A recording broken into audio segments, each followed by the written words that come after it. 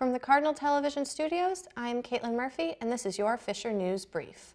The United States is imposing new, stricter security measures for passengers flying from certain countries in the Middle East and Africa. And this time, it's not what's on your passport that matters. It's what's in your hand baggage. Electronics like tablets, laptops, e-readers, cameras, anything bigger than a smartphone are being banned from the airplane cabin.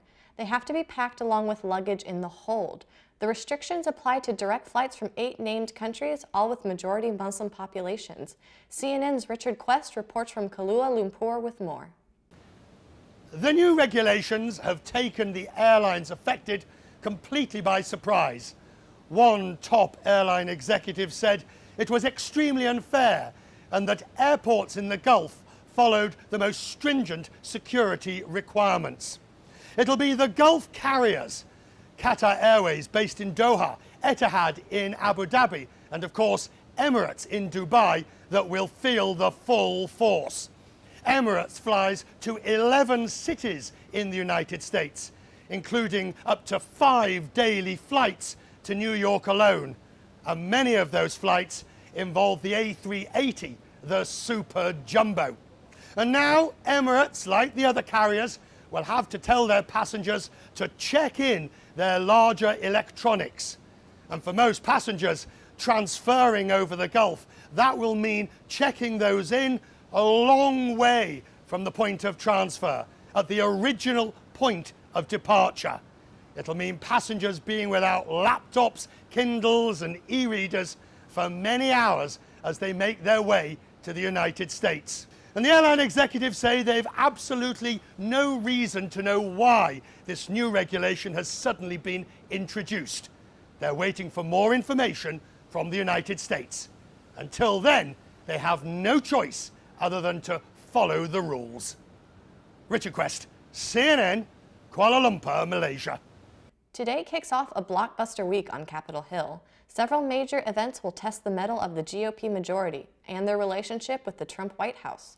Lawmakers are hearing testimonies on Russia's influence in the U.S. election, while confirmation hearings kick off for Trump's Supreme Court pick. Kristen Holmes is on Capitol Hill with more.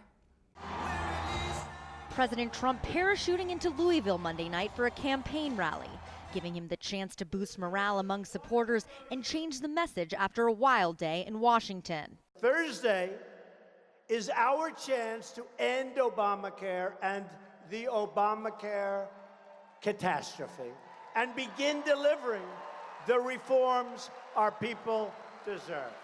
After FBI Director James Comey delivering the president a major blow with just 8 words. I have no information that supports those tweets. Debunking the president's claim that Trump Tower was wiretapped by then-President Obama during the 2016 campaign. The White House avoiding a direct response this afternoon. There's a lot of information that still needs to be discussed. During the House Intelligence Committee hearing, the FBI director delivering more bad news for the administration, confirming for the first time the agency is investigating Russia's meddling in the U.S. election and collusion. And that includes investigating the nature of any links between individuals associated with the Trump campaign and the Russian government. The White House continuing to deny these accusations. Senior Obama intelligence officials have gone on record to confirm that there is no evidence of a Trump-Russia collusion. The House hearing overshadowing what should have been a major moment for the Trump administration, the Senate confirmation hearing for Supreme Court pick Neil Gorsuch. On Capitol Hill, I'm Kristen Holmes. New research reveals that a massive volcano on Mars went dormant around the same time dinosaurs became extinct on Earth. The NASA research focuses on Arsia Mons, located just south of the red planet's equator.